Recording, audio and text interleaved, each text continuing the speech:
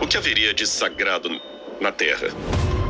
Eu pergunto isso porque Deus faz um pedido um pouco estranho a Moisés. Ele fala para Moisés tirar as sandálias porque o terreno em que ele estava pisando era solo sagrado. E disse Deus: não te chegues para cá, tire os sapatos dos teus pés, porque o lugar em que tu pisas é terra santa. Êxodo capítulo 3, verso 5. Qual o sentido dessa ordem de Deus?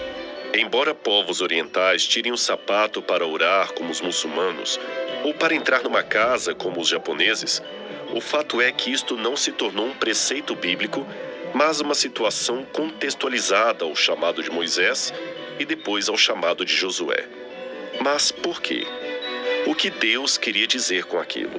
Esta antiga paleta do faraó Narmer, presente hoje em exibição no Museu do Cairo, talvez nos forneça uma resposta.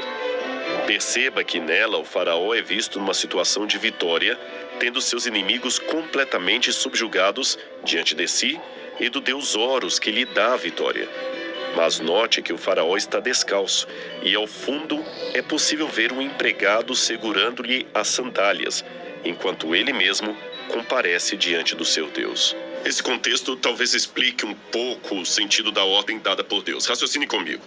Moisés fora criado na cultura egípcia, certo? Ok. Sendo assim, Deus tinha que falar para ele numa linguagem que ele poderia culturalmente entender. Seria como se eu dissesse a um cristão católico: tire o seu chapéu porque você estará falando com Deus. Ao mesmo tempo que diria para o judeu: coloque o seu chapéu porque você estará falando com Deus. Pois para os judeus não se pode falar com Deus sem um chapéu na cabeça. Ao passo que para cristãos ocidentais é o contrário. Percebeu? Deus estaria então de uma maneira muito didática, falando num nível, numa forma que Moisés pudesse compreender.